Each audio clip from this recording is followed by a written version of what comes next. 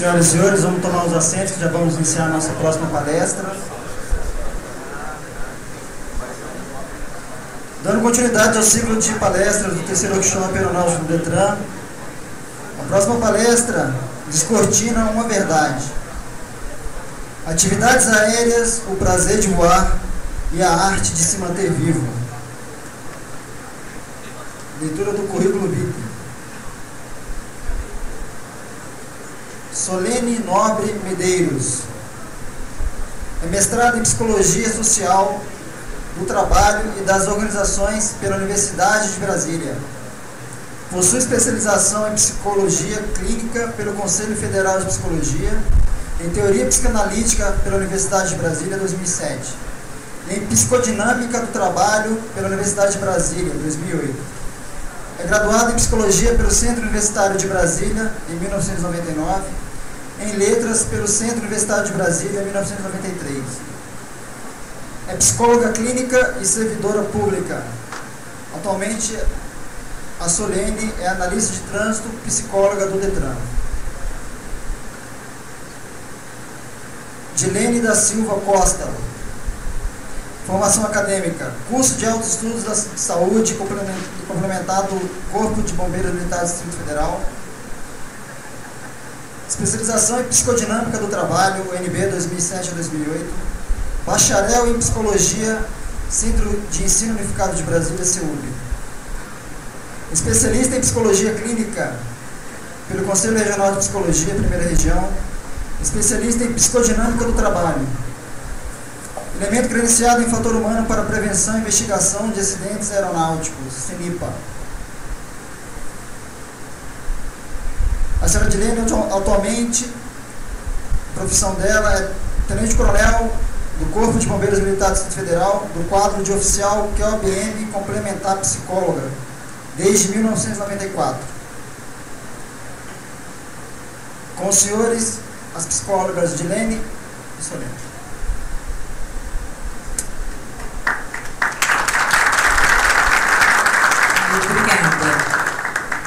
Eu e a Mislene temos uma missão aqui de mostrar para vocês o que é realmente a psicologia. Vocês falaram muito, né, da questão dos aspectos psicológicos. Nós vamos tentar mostrar para vocês quais são esses aspectos psicológicos. Então, nossa palestra é Atividades Aéreas, o prazer de voar e a arte de se manter vivo. Para falar a questão do desejo de voar, eu vou iniciar com esse mito, que é o sonho de Ícaro. Não sei se vocês conhecem, porque ele está muito ligado à aviação. Na mitologia, esse Dédalo é um inventor, a gente poderia dizer que ele é um engenheiro, um arquiteto, uma pessoa que se destacava muito na época em que aconteceu a história. E ele tem um filho chamado Ícaro. Ele foi que criou o labirinto lá do Minotauro. Ele tem assim, desavenças com o rei Minos. Ele acaba ajudando o Teseu, que é outra história da mitologia, que esse Teseu acaba matando o Minotauro. E ele tem a ajuda da Ariadne, que ela, Dédalo ensina para ela, dá um fio para o Teseu, que ele consegue entrar nesse labirinto que só o Dédalo conseguia. Como castigo, esse Dédalo vai ficar preso como Ítro nesse labirinto. E só ele sabe a saída. Como ele poderia sair, esse labirinto também vai ficar vigiado o tempo todo, né? Ele fica sem saída. Com o tempo que ele está preso no labirinto, ele poderia ter entrado em depressão, ficar desesperado, mas ele tem uma ideia. Ele vai usar o que é a criatividade que ele tem para o bem dele. E olhando para o céu, ele tem uma ideia. Se ele não consegue sair por terra, só resta a ele sair pelo céu. E ele começa a arquitetar o que ele vai fazer. E ele tem uma ideia de fazer umas asas. O título que a gente coloca, o sonho de Ícaro, porque esse mito só pode ser interpretado com a questão do sonho, né? Então não teria como ele acontecer na realidade.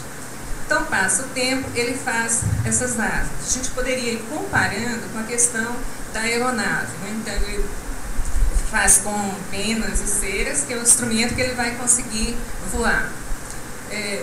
Prepara, então, no momento que as asas estão prontas, ele começa a treinar o filho a utilizar esse equipamento. Então, seria a formação que vocês têm como piloto. Quando o filho realmente já está treinado, eles pegam a questão do clima, né? Quando está um dia bem ensolarado, eles resolvem ir marcar esse voo deles. No momento em que eles vão fazer o voo, o pai tem uma preocupação de ensinar o filho a questão da segurança do voo. Se ele voar muito alto, as asas vão derreter com o calor, né? Ou então, muito perto do mar, tem o vapor, as asas vão pesar e ele pode se matar. O Ítalo, quando eles começam a voar, fica extremamente empolgado, esquece a questão da segurança que o pai falou e voa muito alto. E acaba, então, morrendo, né, caindo no mar. Se a gente for analisar essa questão do sonho de Ícaro com a realidade de vocês, o que aconteceu? A gente pode pensar que houve um equipamento seguro, a formação, a preparação também do piloto foi excelente, o pai que treina o filho, mas faltou o quê? O pai, como era experiente, ele consegue lidar com a emoção do momento. O filho já não tem essa maturidade toda, e é isso que faz com que ele não tenha um voo seguro e acabe causando um acidente. Para mostrar isso, nós temos então a questão, o que são esses aspectos psicológicos que tanto se fala que vocês devem cuidar quando estão, no caso, atuando na profissão de vocês de piloto. Eu selecionei algumas partes, nós temos muitas. Um fator importante é a questão da personalidade. Temos também a subjetividade e temos a identidade. A psicologia hoje em dia é um pouco divulgada, então as pessoas normalmente já sabem, conhecem um pouco, né, esses termos da psicologia. Esse primeiro seria a personalidade. A gente ouve muitas pessoas falando assim que fulano tem muita personalidade, ou que ele não tem personalidade, que ele tem uma personalidade forte ou uma personalidade fraca. E isso não existe na psicologia. Todo mundo tem personalidade, né? E a questão de ser mais forte ou fraca, também isso não existe. Quando nós analisamos a personalidade, há várias teorias a respeito da personalidade, você pode conceituá-la de várias formas. Nós analisamos alguns aspectos. Por exemplo, a questão do nível intelectual, né, a capacidade de pensamento, raciocínio, memória, etc. Nós temos a questão do equilíbrio emocional. Esse equilíbrio emocional, sempre nós temos um parâmetro. Questão, por exemplo, de introversão ou extroversão. Você é mais introvertido, mais extrovertido? A questão do racional ou emocional. Se é uma pessoa extremamente racional ou emocional, se busca, então, o equilíbrio entre emoção e razão, sempre entre duas coisas. Temos também a questão do controle emocional. O que seria esse controle? Como é que você reage diante de uma situação perigosa? Você é o tipo daquele que para, pensa, analisa a situação, ou aquele tipo que parte para a briga, né? Provocou, você já vai reagindo. Então é um fator importante também de ter esse controle na hora de tomar decisões. A questão da maturidade, que eu já falei, a maturidade é importante, você adquire com a experiência de vida que você tem, né? Ela não é relacionada à idade, você pode ser uma pessoa com 60 anos e não ter maturidade, pode uma pessoa ser jovem e ter muita maturidade. Temos a questão da responsabilidade, algumas características, alguns tipos de personalidade valorizam muito a questão da pessoa ser responsável ou não, e há tipos de personalidade que a pessoa não tem muita responsabilidade, tem muito compromisso com como ela age em relação ao meio. E temos os mecanismos de defesa. Esses mecanismos de defesa foram criados, né, identificados pelo Freud, e nós usamos esses mecanismos diante de situações difíceis. Quando há uma ansiedade assim, muito grande, a pessoa passa por um momento difícil de resolver, ela pode entrar em um colapso mental, vamos dizer assim. Para prevenir que a pessoa adoeça mentalmente, que ela tenha um desgaste emocional muito grande, você usa um mecanismo de defesa para compensar, pode ser temporário ou pode ser duradouro. E não existe um tipo só, você usa muito de acordo com cada situação. E esses mecanismos eles são inconscientes. Alguns deles mais conhecidos, a gente tem, por exemplo, a negação. Então, uma mãe, por exemplo, que perde um filho, uma dor muito grande que ela não consegue entrar em contato. Então, ela usa um processo de negação dessa morte até que ela consiga lidar com esse fato. E assim nós temos vários outros. Espera-se que uma pessoa adulta tenha um mecanismo que nós chamamos de sublimação. Essa sublimação é você encontrar saídas para aquilo que você não consegue fazer, né? Então você está diante de uma dificuldade, você tem o desejo de ter alguma coisa e você não consegue. Então você desloca para outra coisa que você deseja. E tem que ser algo que é aceitável, que faz bem para você e gratificante também. Tentei colocar aí um conceito de personalidade.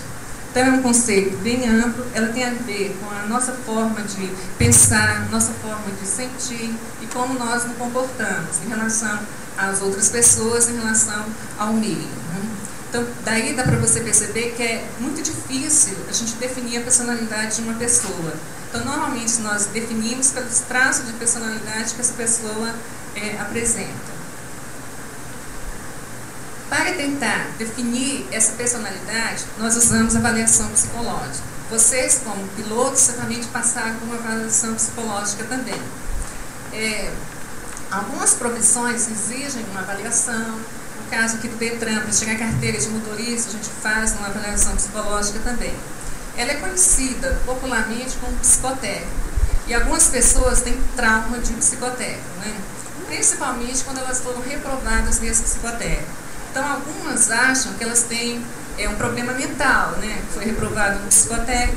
Então, o que é isso? É importante esclarecer que um psicotécnico, você tem um perfil que você deve se enquadrar nesse perfil profissional. Por exemplo, a questão da agressividade. Se você tem uma agressividade muito grande, que você externaliza ou internaliza, há um prejuízo para o outro ou para você. Então, isso, por exemplo, com um motorista de trânsito é algo muito perigoso, porque qualquer provocação no trânsito, ele vai partir para a briga, né? Então, é algo bem perigoso.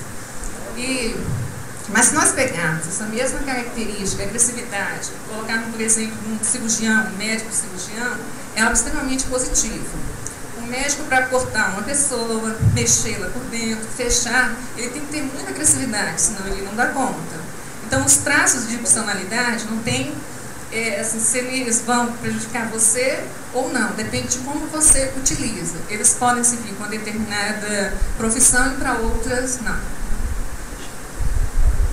A avaliação psicológica também, além de traços de personalidade, nós temos outras áreas. A questão do nível intelectual, a condição emocional que a pessoa apresenta e as habilidades sociais.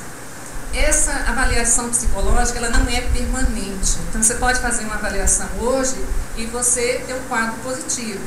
Daqui a um mês, você tem algum abalo emocional por alguma coisa e a sua avaliação já é diferente. Então, normalmente, nós temos problema com isso em relação à avaliação, porque a pessoa acha que ela fez um teste e passou, que ela tem garantia para o resto da vida. Daí a importância de um acompanhamento psicológico sempre, né? Outra característica importante é a questão da subjetividade. A subjetividade é o que nos diferencia das outras pessoas. Cada pessoa tem sua forma de ver o mundo, sua forma de pensar, de agir, porque ela foi criada numa cultura diferente, uma educação diferente, passou por experiências diferentes, né? Essa subjetividade, nós temos, seria assim, a forma que você é no mundo, quando você tenta se conhecer. Nós nos conhecemos apenas uma pequena parte. Se nós fôssemos considerar, pegando a teoria da psicanálise, você tem a questão do consciente e o inconsciente. Pelos mecanismos de defesa que eu falei, muitas questões da nossa vida nós colocamos no inconsciente. Há uma repressão, um recalque de muitas coisas doloridas que você não quer lembrar. Então, muitas coisas que você nem lembra que aconteceram com você. Por isso que nós não temos um acesso total a esse inconsciente. O inconsciente se manifesta de várias formas. Então, é a questão dos sonhos, por exemplo, a questão dos atos falhos. Então, eu quero falar uma palavra, mas eu falo outra, inconscientemente. Eu quero lembrar o nome de alguém que é importante para mim, mas eu não lembro. Então, esses atos falhos vão mostrando que existe um inconsciente e que eu não tenho total controle das minhas atividades. Então, é importante isso para vocês, porque nem sempre você vai agir de uma forma racional, consciente do que vocês estão fazendo. A subjetividade também é importante em relação ao trabalho. E a subjetividade, ela tem a ver com muitos conflitos que existem, tanto na área de trabalho como na questão familiar.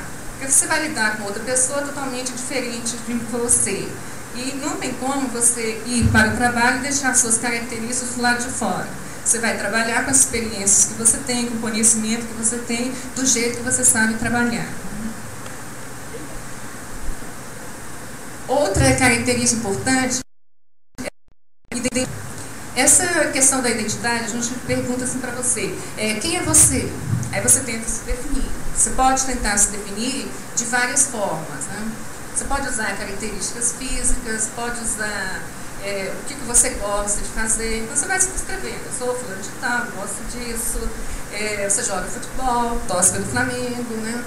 Então tem, assim, você vai mostrando do que você trabalha, você é piloto, o que você faz. Você tenta usar várias formas de se definir, tá? Essa busca da identidade. E é um processo que ela é construído, porque você gosta hoje de uma coisa, amanhã você gosta de outra, então há uma modificação. Também, nós temos vários tipos de identidades. Um tipo importante é a questão da identidade profissional. As pessoas normalmente perguntam para você, o que você faz, o que você trabalha, né? O que você faz na vida. E um terço, praticamente, da nossa vida, nós trabalhamos. Então, essa identidade é importante, que é uma referência para você no mundo do trabalho. Então, é como você se constitui como pessoa, como um trabalhador. A identidade, ela promove o reconhecimento, quando você é reconhecido pelo trabalho que você faz, se ele é importante para você ou não, se as pessoas valorizam o que você faz, se ele é útil para você.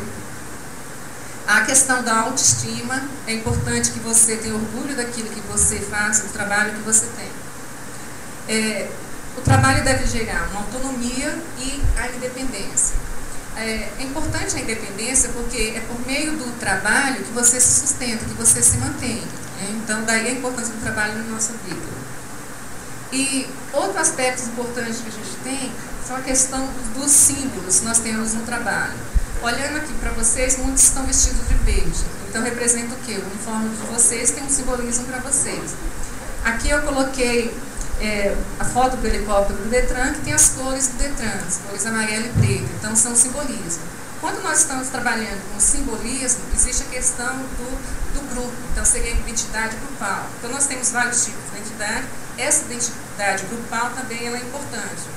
E nós assumimos várias identidades grupais. Né? Quando vocês falam identidade grupal do grupo de pilotos, quando vocês separam os pilotos do Detran, os pilotos do bombeiro, das polícias que estão aí, vocês formam outros grupos. E esses grupos têm umas características próprias, que normalmente a pessoa se identifica com o grupo dela e quer defender. Né? Então aqui, por exemplo, nós temos, eu poderia usar o grupo dos homens e das mulheres. E quando a gente atua na identidade do grupo, você tem essa tendência de utilizar o outro grupo para defender o seu grupo. Né? Eu poderia provocar vocês perguntando, por exemplo, quem dirige melhor, os homens ou as mulheres? Então, certamente, vocês vão falar assim, que os homens dirigem melhor. Mas eu posso argumentar. Posso dizer, por exemplo, que as estatísticas do Detran provam que as mulheres se envolvem menos em acidentes, são mais atenciosas, inclusive as seguradoras dão um desconto para nós na hora que nós vamos fazer a questão do carro, a segurança do carro, né, o seguro do carro. E daí? Alguns homens questionam, falam assim, olha, as mulheres realmente cometem menos acidentes, mas em compensação as mulheres não dirigem. Quando sai de casa, os homens que dirigem, a mulher normalmente vai no banco do carona, vocês não concordam? Então a gente poderia ficar argumentando. Mas quando eu falei em grupo, vocês não sentiram desejo assim, de defender o grupo de vocês? Né? Então, na realidade, dirigir bem ou mal independe de ser homem ou ser mulher. Né? As pessoas que dirigem bem, independente de ser homem ou mulher, ou dirigem mal. Então, a gente volta para o nível da questão da identidade individual. Essa identidade grupal, ela pode chegar a ser perigosa quando as pessoas assumem essa defesa do grupo e provocam coisas como nós percebemos por aí, a questão de torcida, de futebol, né? Porque você perde a identidade individual e passa a trabalhar numa identidade grupal.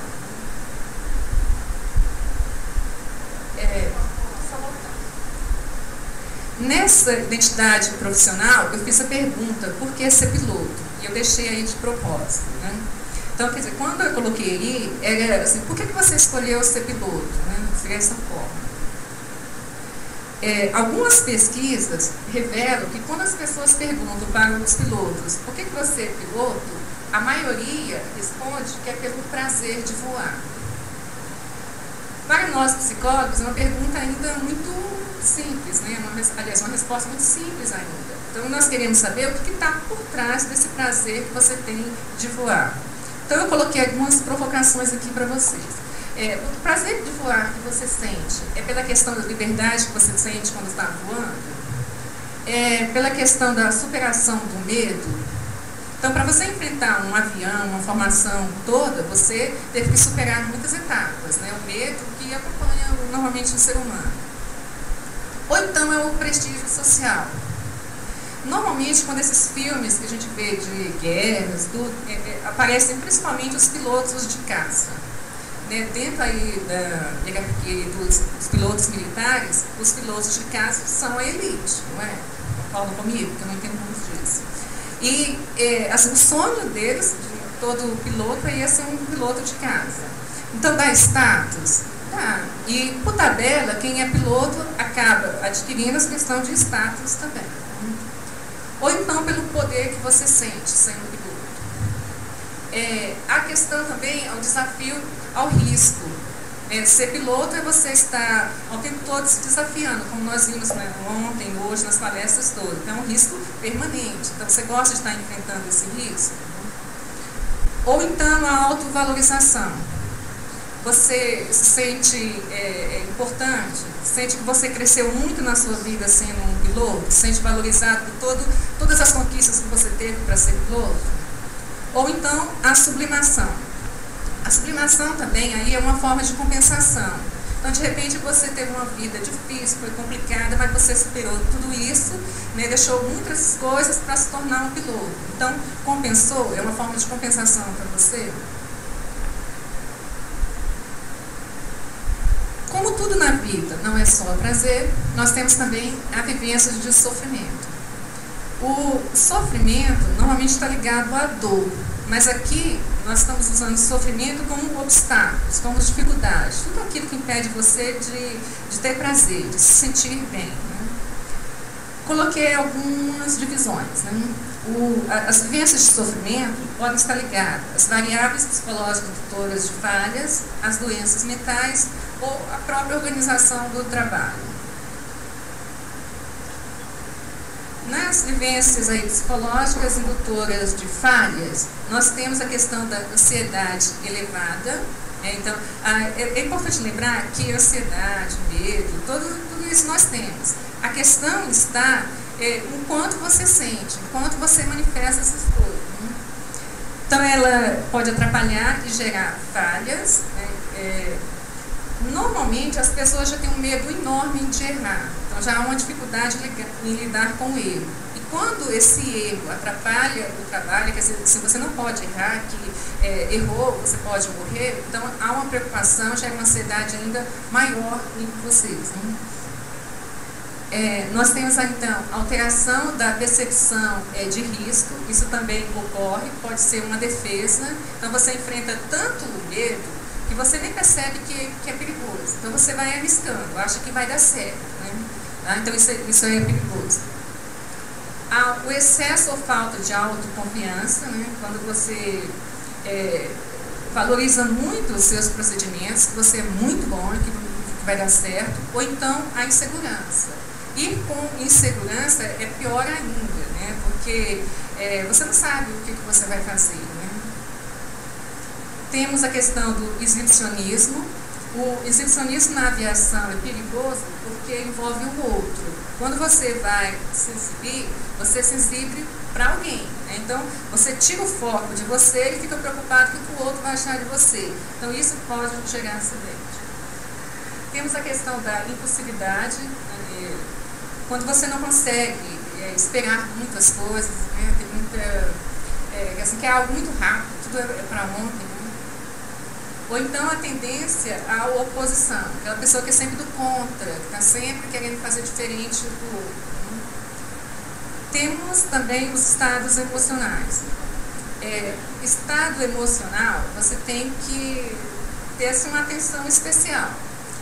Quando as pessoas falam desse estado emocional, normalmente estão ligando a coisas negativas, né? Emoções negativas, morreu alguém, você presenciou alguma coisa ruim, mas esse estado emocional também ocorre com coisas positivas, né?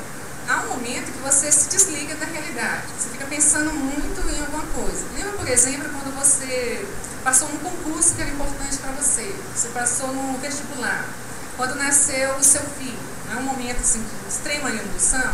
Então, qualquer extrema emoção gera um estado emocional que você tem que ter cuidado. Em relação a dirigir carro, a gente diz que a pessoa não deve dirigir quando estiver sob um efeito emocional. Então, imagina um piloto sob um efeito emocional, né? Então, que não deve pilotar mesmo. E temos também a questão dos atos falhos, né? Esses atos falhos que eu já comentei. Esquecimentos, trocas, e é bom lembrar que isso é inconsciente. Então, como se livrar de um erro diante de um ato falho? O que pode corrigir um erro num ato falho é você perceber que você errou, ou então os colegas que estão do lado percebem a sua falha, né? Então, esse que é algo perigoso. Nós temos ainda a questão das doenças mentais. Aqui já é um caso um pouco grave. Nós temos lá os traços de personalidades, que são os traços normais que nós temos, de agressividade, ansiedade, etc. Quando nós falamos em transtorno de personalidade, nós já temos isso de uma forma extrema, né? Então, é isso que vai atrapalhar assim, bastante. Temos a questão, aí eu coloquei um exemplo de comportamento antissocial. Esse comportamento antissocial é o que a gente chama popularmente aí do psicopata. E as pessoas também têm uma ideia de que o psicopata é aquele que mata todo mundo. E não é, só um caso aí de psicopatia. Essa personalidade antissocial é aquela pessoa que normalmente não segue regras, normas, está desafiando sempre os outros, né? Então é difícil lidar com uma pessoa com esse comportamento. Então, vocês pilotos que normalmente têm que lidar com regras, normas, uma pessoa não iria dar conta de pilotar. Uma característica que vocês devem ter muito na questão de seguir regras e normas são características obsessivas, né? Nós temos também, tá? Então a gente está falando daquele caso que a pessoa lava a mão 50 vezes e acha que ainda tem bactérias na mão, né? Não é isso. Mas a pessoa que se preocupa com regras, com normas, isso é importante. Olha, um mecânico de voo com características obsessivas é ideal, perfeito, né? Porque ele vai averiguar tudo, se algo não estiver correto, ele troca, repete, né? Então, seriam assim, os traços importantes. E coloquei também a questão dos traumas. Não tem como a gente fugir, tá? Então, os traumas estão aí presentes na vida, você pode presenciar o seu causador de um trauma. Então, no caso de um acidente, como muitos foram relatados aqui, você pode provocar a morte de alguém ou então presenciar um colega seu que morreu, e isso vai gerar traumas. Nesses momentos é importante que vocês não pilotam. Então é preciso que a pessoa supere essa dificuldade para ela voltar a trabalhar. E coloquei por último ainda a questão da depressão. A depressão também, as pessoas acham que a pessoa depressiva é aquela que está numa cama chorando, dizendo que quer morrer, né? Então esse é o extremo da depressão. A pessoa pode ter depressão de várias formas, e há um tipo de depressão que é gerado por uma situação de conflito que você está vivendo. Então, por exemplo, uma separação pode gerar uma depressão. E nem sempre você percebe esses sintomas no colega seu que está ao seu lado, né? Então, de uma forma geral, nós não conhecemos as pessoas com quem nós convivemos. Você conhece a superfície das pessoas, você sabe se é casado, tem filho, alguma coisa. Mas a história de vida dela, o que está acontecendo com ela, os problemas que ela tem, você não conhece. Então, há muito caso que a pessoa está passando por um processo de depressão, ela chega com um atestado lá de 30 dias e você pergunta, você com depressão, não é? Então, isso pode ocorrer. A pessoa com depressão tem uma tendência a ter os movimentos lentos, a percepção, a atenção, então isso é perigoso. Ainda nas vivências de sofrimento, a gente tem aí a questão do trabalho. Então, o tipo de organização de trabalho, o contexto de trabalho que você tem, pode influenciar no seu funcionamento mental. Então, coloquei aqui a sobrecarga mental. Nós já vimos alguns casos aqui de sobrecarga mental, acúmulo de atividades, ou então quando você é exposto a vários estímulos. E há também a questão da sobrecarga mental, quando cobram de você que você realize atividades que você não está preparado ainda. Então, na formação de vocês, a gente diz assim que a gente tem um limite de crescimento. Então, a vida toda da gente, nós vamos passando por esse limite. É um limite de crescimento que a gente vai colocando sempre para frente. Você vai passando, por exemplo, pelo ensino fundamental, você já tem uma base. Não dá para te dar uma prova de terceiro ano se você está no ensino fundamental. Então, só quando você estiver lá. E assim na frente, você faz faculdade, você faz formação de piloto. Então, sempre você está aprendendo e esse seu limite de desenvolvimento, né, de crescimento, vai se expandindo. Então, a gente tem esse limite de desenvolvimento a vida toda, né? Só vai parar quando você não mais existir. Então, essa sobrecarga mental, de cobrar de você aquilo que você não está preparado ainda, de colocar um piloto para comandar um avião sem ele estar preparado, isso gera essa carga mental. Temos atividades repetitivas, né, automação, já comentamos aqui, pode gerar sofrimento, porque muitas vezes o piloto gosta de comandar. Se é muito automático, ele não vai conseguir. Tem a pressão, competitividade e aumento do nível de estresse. Vou correr um pouquinho. E nós temos a questão das emergências psicológicas. Tudo que a psicologia quer evitar são esses casos aqui. Então, todo o processo psicológico que você faz, todo o trabalho é para evitar a questão do surto psicótico, seria o grau máximo que a pessoa pode atingir. Há uma divisão aí do ego. Então, a pessoa no surto psicótico, ela perde contato com a realidade, tem a questão dos delírios, né? Então já é uma fantasia. Então, essa pessoa aí já não trabalha mais, ela já é inutilizada para a vida profissional. Temos alteração do estado de consciência, que eu também já comentei, né? Quando você estiver nesse momento de alterações, nós temos os níveis também baixos ou então um nível muito alto, e temos a ameaça de suicídio. É importante ressaltar aqui também que quando a gente fala de suicídio, a pessoa lembra normalmente de alguém se dando um tiro ou alguém caindo de uma janela, não é? Mas há formas sutis de suicídio. Por exemplo, a questão de um acidente pode ser uma forma de suicídio.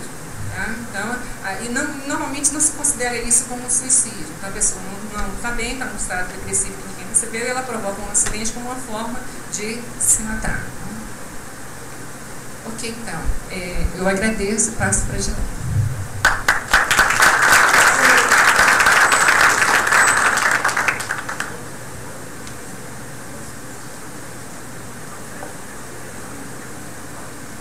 Bom dia, agradeço o convite de estar aqui participando desse evento. Também parabenizo, né, o órgão pelos 5 anos de atividade aérea e também pela inclusão desse tema, fator humano, num evento como esse relacionado à atividade aérea. Isso mostra o reconhecimento e a importância que o órgão dá ao seu capital humano. E aí eu vou continuar um pouco na linha do que a Solene apresentou. A minha fala, ela vai estar pautada, uma vez que eu não tenho a experiência do brigadeiro, nem a prática dele, então a minha fala vai estar pautada em leituras de artigos relacionados à psicologia da aviação, também em escutas e contatos formais e informais com o serviço aéreo do Corpo de Bombeiros, e vou trazer um pouco também da metodologia da psicodinâmica do trabalho, que a Solene trouxe alguns conceitos e foi tema de uma pesquisa que eu realizei com os tripulantes do Serviço Aéreo do Corpo de Bombeiros. Bem, eu não podia deixar de trazer um pouco da nossa realidade de serviço aéreo na corporação, que traz tanto os riscos e as características da atividade bombeiro militar, como também os riscos e as características da atividade aérea. E aí, qual seria então a importância e a contribuição da psicologia para a atividade aérea? Acho que a Solene já trouxe, né, bastante conceitos, e eu vou dar continuidade. Então, esses autores, eles colocam que o homem não está programado geneticamente para voar. E se a tecnologia foi capaz de compensar as limitações fisiológicas, o mesmo não se conseguiu em relação ao seu psiquismo, e não há tecnologia capaz de modificar o ser humano, e toda modificação virá dele próprio. Então, daí a importância da psicologia estar contribuindo com a atividade. O homem é a parte mais flexível, né, também a mais valiosa, né, uma vez que a sua capacidade de gerenciar e tomar decisões é única. Falhar, é importante ressaltar que faz parte da natureza, né, é algo que é inerente ao ser humano. E aí o investimento, ele deve acontecer na detecção e correção do erro humano antes que ele aconteça. Acho que o brigadeiro trouxe muito bem essa questão de se evitar o acidente. Dessa forma, o homem ele tem que ser tratado tal como ele é, né, ressaltando o seu caráter humano, que lhe confere tanto a fragilidade, que é característica, mas também são essas mesmas características que traz a riqueza e a distinção dele. Então, isso tem que ser valorizado e preservado. Bom, é importante ressaltar, acho que a Solene já falou, mas eu vou reforçar, quais são as variáveis que estão atuando o tempo todo, né, no desempenho humano, que são as características individuais, algo que é interno, né, as características pessoais de personalidade, aptidão, atitudes e valores. Também estão atuando as características psicossociais. Então, nós realizamos diferentes papéis. Uma hora eu sou psicóloga, outra hora eu sou mãe, outra hora eu sou profissional que estou trabalhando. As relações interpessoais, o contato que eu estou o tempo todo me relacionando. Também as variáveis ambientais, temperatura, ruído, luminosidade, visibilidade, condições atmosféricas estão o tempo todo atuando. E as variáveis organizacionais, que muitas vezes a gente não costuma dar atenção, que também interferem no nosso dia a dia e na nossa vivência, que são a cultura da organização que a gente está inserida, a filosofia, as normas, os regulamentos, as condições de trabalho. Então, tudo tem que ser considerado. Então, o ser humano, ele é o somatório, né, e a dinâmica dessas variáveis atuando.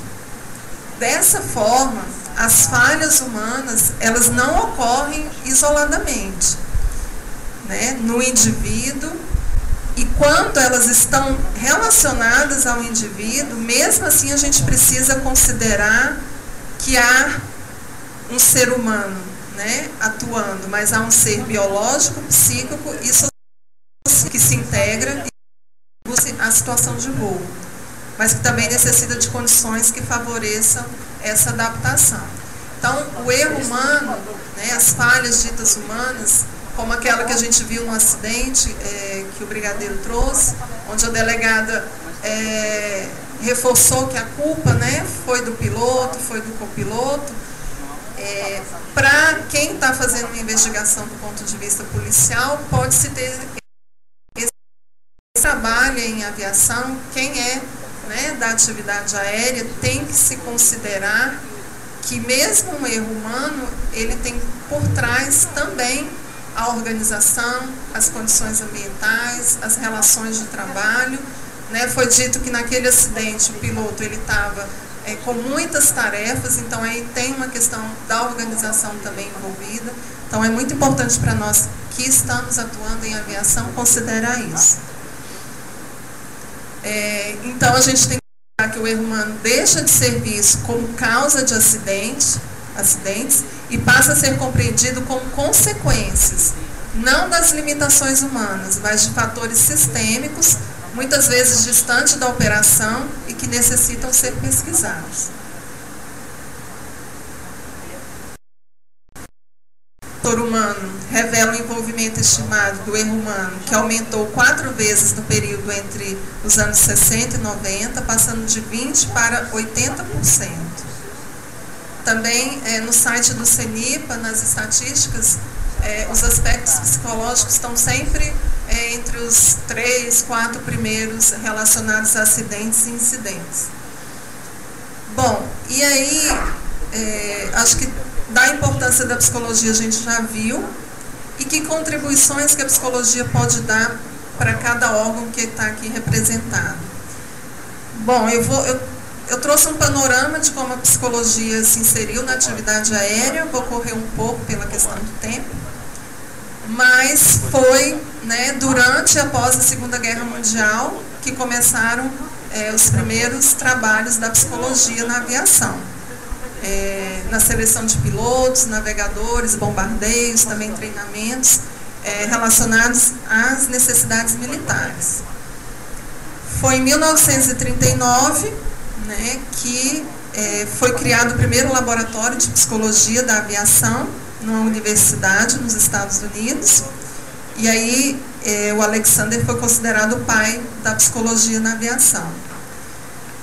Entre os anos 40 e 70, a atuação da psicologia, que aí se lançava a mão da psicologia clínica, comportamental, cognitivista, era utilizada na seleção de pessoal, projetos de equipamentos, métodos de treinamento, só para atender ou para atuar num único indivíduo, ele tem que atuar no sistema como um todo.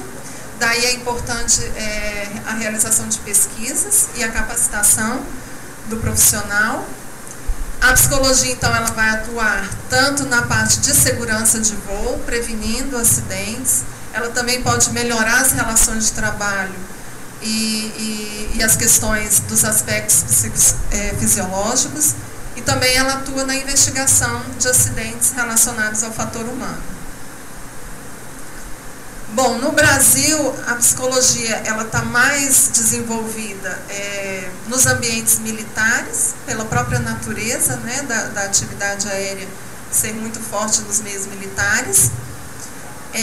A gente não tem nos nossos currículos de psicologia disciplinas ou matérias relacionadas à aviação. Então, o que a gente conta hoje são os profissionais aplicando seus conhecimentos, as suas técnicas nesses ambientes e passando a desenvolver um trabalho. Então, não existe uma metodologia ainda específica para a atividade aérea. E aí, para o homem que realiza atividade aérea, né, acho que a Solene falou muito do desejo de voar, o elemento propulsor para realizar esse intento está no desejo inconsciente de fazê-lo e no consequente prazer em voar. Então, acho que toda a evolução, né, da atividade aérea, da automação, da tecnologia, ela parte desse desejo. E eu acho que esse mesmo desejo ele também tem que contribuir para a gente avançar em ter também o fator humano reconhecido e tratado como tal. Acho que a gente precisa ter mais psicólogos nas instituições, ter cada serviço aéreo, né, com o seu profissional atuando em conjunto. Eu não sei se eu ainda tenho tempo, só um pouquinho. Então, essa foi uma pesquisa que eu realizei em 2007 no Corpo de Bombeiros a partir de um curso de especialização que eu fiz na UNB.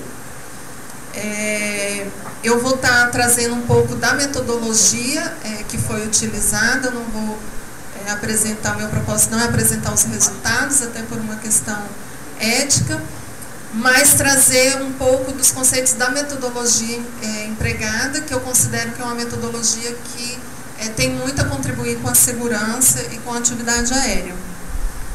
Então, a metodologia utilizada foi a psicodinâmica do trabalho. A pesquisa, ela não foi unicamente uma pesquisa, ela foi uma ação também, ela proporcionou uma intervenção na instituição, foi coordenada por mim e por uma colega também psicóloga. O foco desse trabalho é o conteúdo simbólico do trabalho, os aspectos invisíveis, a relação do militar com a sua atividade, o sofrimento, o desgaste gerado pelo trabalho e os efeitos sobre a saúde física e mental. Então, aquilo que a Solene falou da subjetividade, da identidade, a relação com o trabalho. Então, tudo isso foi foco do trabalho. O método utilizado foi a constituição de um espaço de discussão e deliberação coletiva sobre o tema que era apresentado pelos voluntários em participar. Então, os temas eram apresentados por eles sobre temas relacionados ao trabalho, não eram questões individuais, eram questões relacionadas ao trabalho. Isso acontecia no próprio ambiente, né, de trabalho, no caso o serviço aéreo, e conduzia os participantes a um trabalho de inteligibilidade do seu sofrimento, que tinha como objetivo contribuir para a qualidade de vida destes e melhorar as relações de trabalho. É uma intervenção que, no nosso entendimento, oportuniza uma ação preventiva em saúde mental, uma perspectiva coletiva sobre a individual. A partir desse trabalho, né, a gente percebeu uma aceitação por parte dos participantes. Finalizada a pesquisa, houve o interesse em continuar com o trabalho, então a gente ainda deu continuidade, incluindo outras funções da unidade, que não só os tripulantes. E, para finalizar, eu trago a questão do papel das instituições, né, em contribuir para a qualidade de vida, para a segurança. Então, não é algo que tem que ficar só como sendo uma responsabilidade do piloto, do tripulante, né, ou da unidade do serviço aéreo. Eu acho que todas as instituições têm que ter essa preocupação. Eu finalizo deixando essa frase que eu acho que é importante, porque a gente precisa falar sobre as questões de trabalho. A gente observa que há muito sofrimento nos ambientes de trabalho, muitos acidentes também, e o aumento disso se deve a uma precariedade nas relações, né? Então, se a gente fala, né, se comunica, interage, a gente já está minimizando, né, as possíveis consequências de um sofrimento mental, de um adoecimento, como a Solene falou, e contribuindo para um trabalho melhor. Então, deixo também meu e-mail, telefone, se alguém quiser referências, né, do que a gente passou, a gente fica à disposição. Obrigada.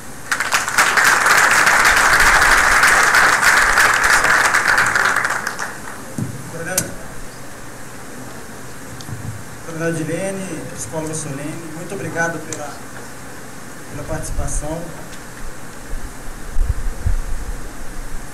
Gostaria de convidar o Everton, que é o chefe do Núcleo de Operações Aéreas do IBAMA, e o piloto Ciro também do IBAMA, do NOAA, para entregar certificados e a lembrança para a Coronel Edilene e a psicóloga Solene.